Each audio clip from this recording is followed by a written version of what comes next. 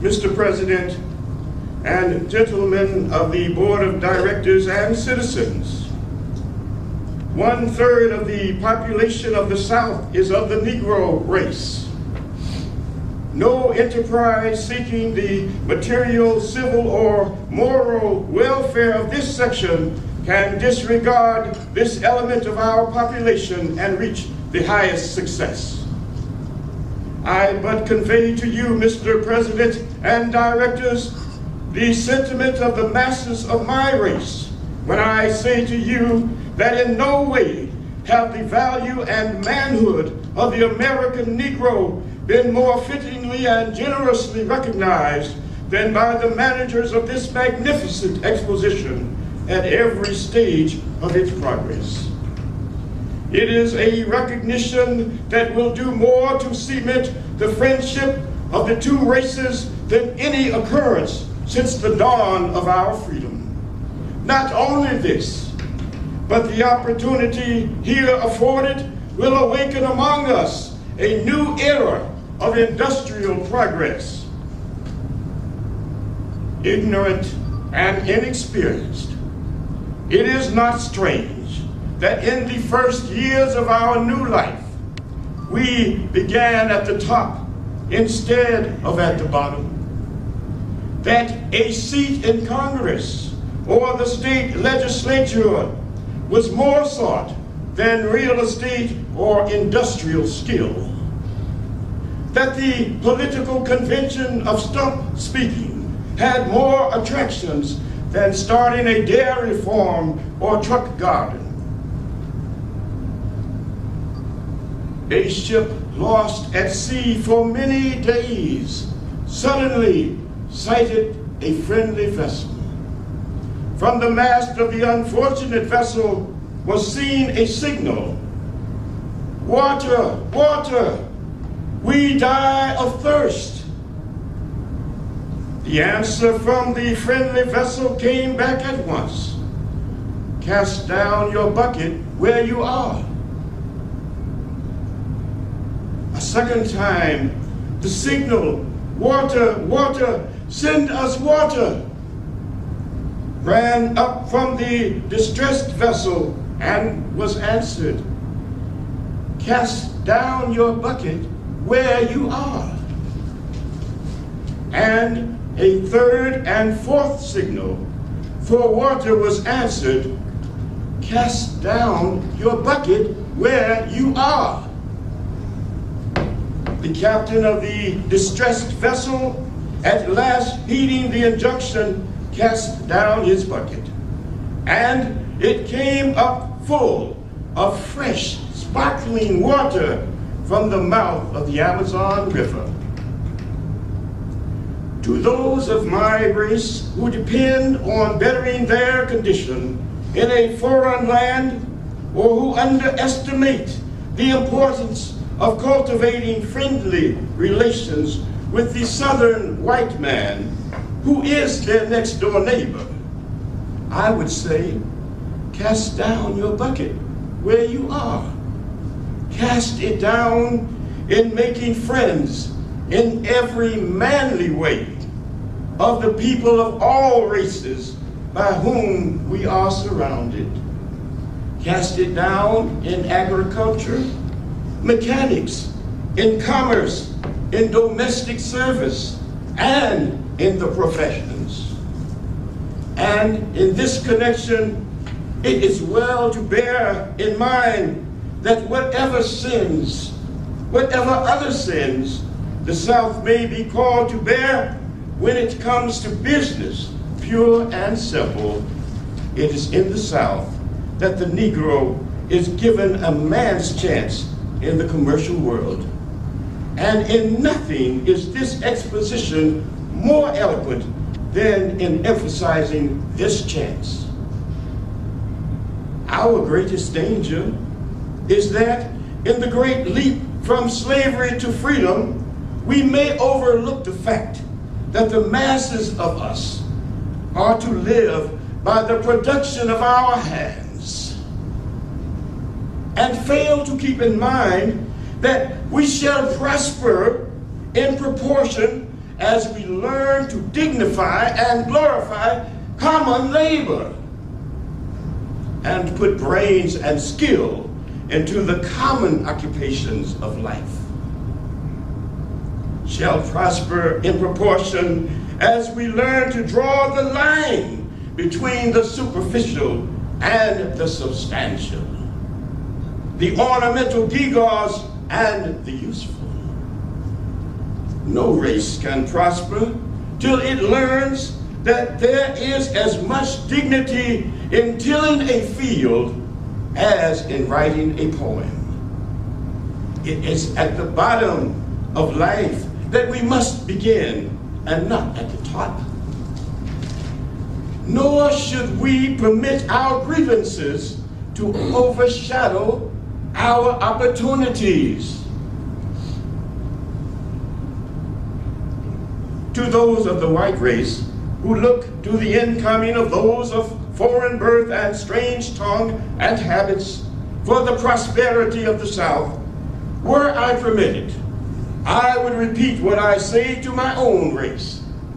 Cast down your bucket where you are. Cast it down among the 8 millions of Negroes whose habits you know, whose fidelity and love you have tested. In days when to have proved treacherous meant the ruin of your firesides. Cast down your bucket among these people who have, without strikes and labor wars, tilled your fields, cleared your forests, built your railroads and cities, and brought forth treasures from the bowels of the earth, and helped make possible this magnificent representation of the progress of the South. Casting down your bucket among my people, helping and encouraging them as you are doing on these grounds, and contributing to the education of head, hand, and heart, you will find that they will buy your surplus land, make blossom the waste places in your fields, and run your factories. While doing this, you can be sure in the future, as in the past, that you and your families will be surrounded by the most patient, faithful, law-abiding, and unresentful people that the world has seen.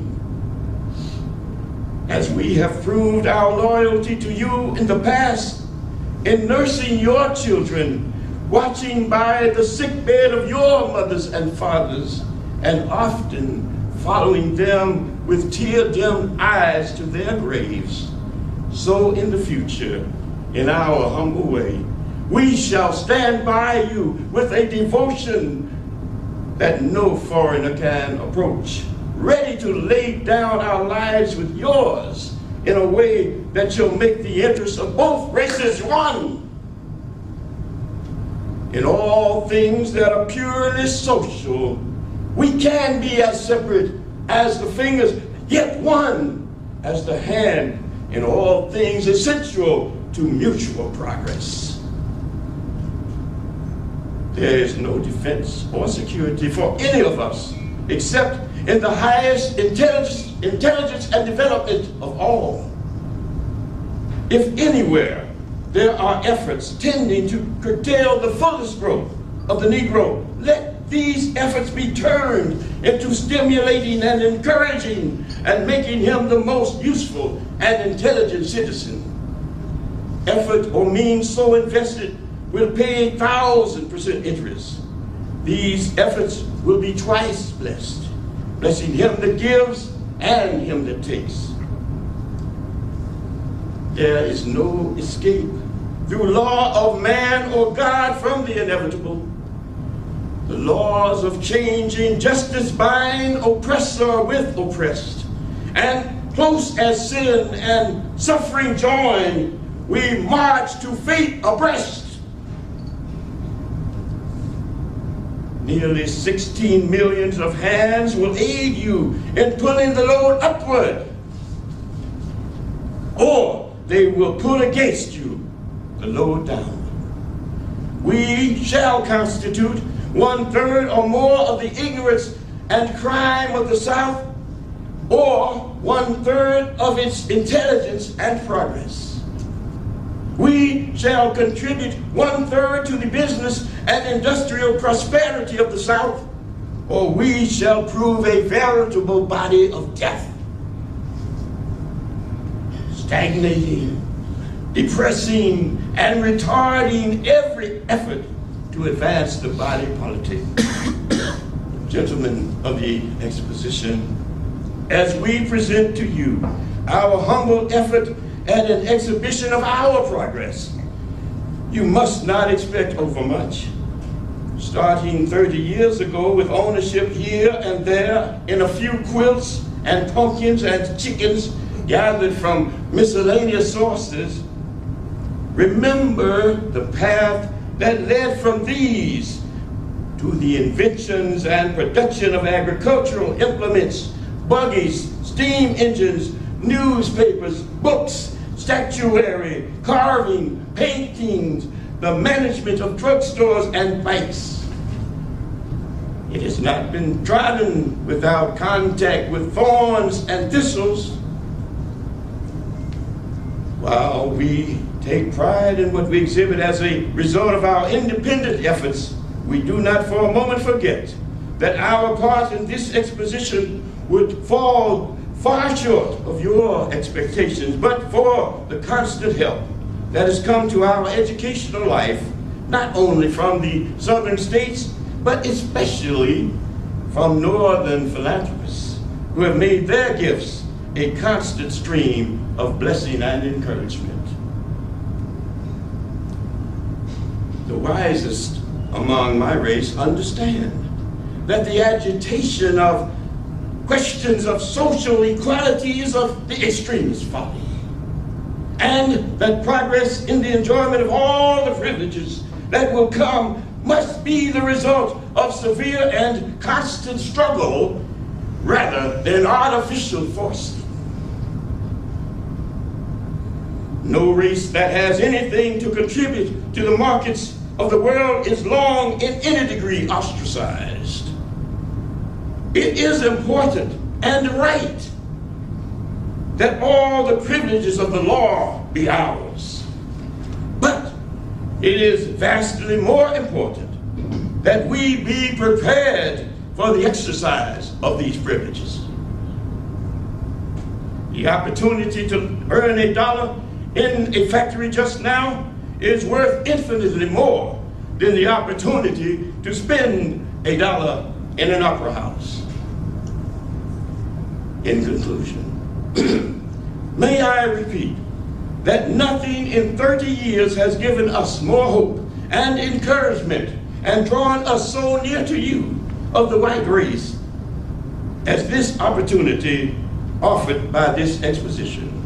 And here, bending as it were over the altar that represents the struggles of your race and mine, both starting practically empty-handed 3 decades ago, I pledge that in your effort to work out the great and intricate problem which God has laid at the doors of the South, your race shall have at all times the patient and sympathetic help of my race. Only let this be constantly in mind. That while from representations of these buildings of the product of field and forest, of mine and factory, letters and art, much good will come.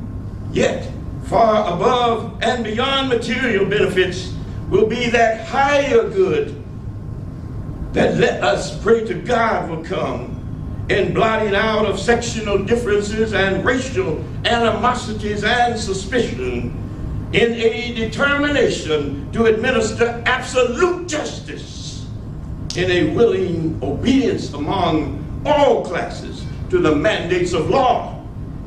This then, coupled with our material prosperity, will bring into our beloved South a new heaven and a new earth.